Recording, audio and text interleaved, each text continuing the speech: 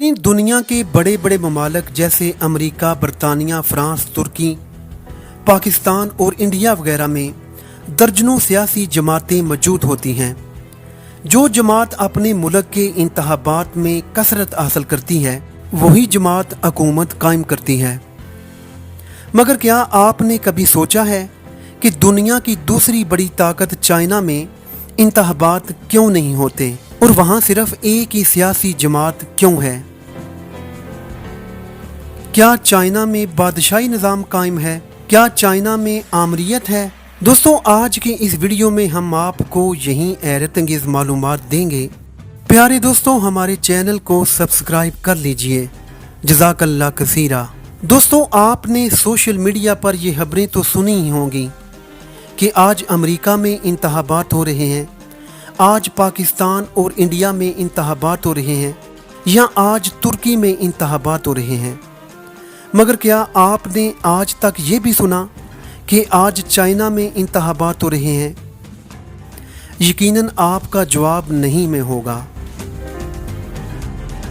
दोस्तों, वो मुल्क जो आज हर जगह अमेरिका को टक्कर दे रहा है, जहां तेज़ रफ्तार तरक्की, जदीद टेक्नोलॉजी और खरबों डॉलर की मईशत मौजूद है, इतना कुछ होने के बावजूद भी आप ये जानकर हैरान रह जाएंगे कि चाइना में कौमी सतह पर इंतखाबात नहीं होते और वहाँ सिर्फ एक ही हुक्मरान जमात मौजूद है जिसका नाम चीनी कम्युनिस्ट पार्टी है।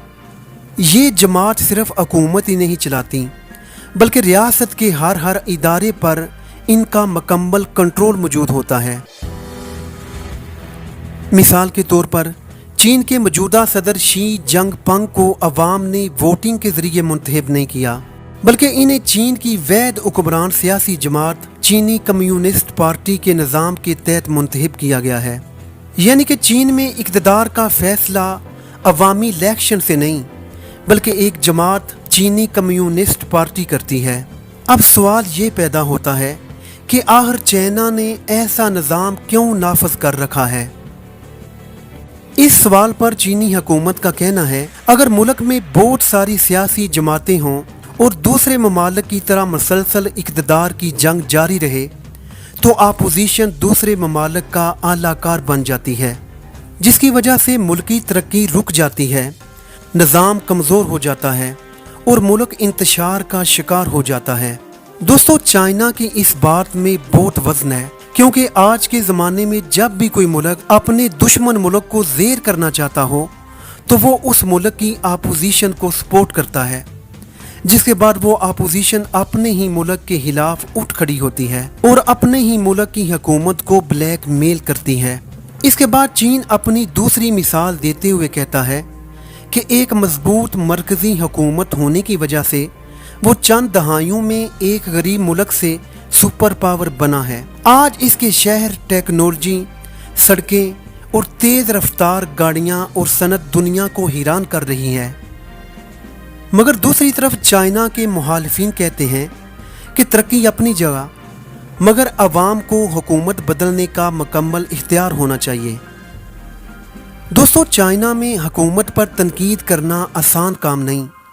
सोशल मीडिया, खबरों, सियासी सरगर्मियों पर सख्त निगरानी की जाती है। चाइना में जो लोग कम्युनिस्ट पार्टी की खुलकर मुखालफत करते हैं, इन्हें गिरफ्तारी या पाबंदियों का भी सामना करना पड़ सकता है। यानी कि चाइना में हुकूमत को ख़त्म करने के लिए पाकिस्तान, इंडिया या अमेरिका जैसा आज़ाद सियासी मुकाबला मौजूद ही नहीं।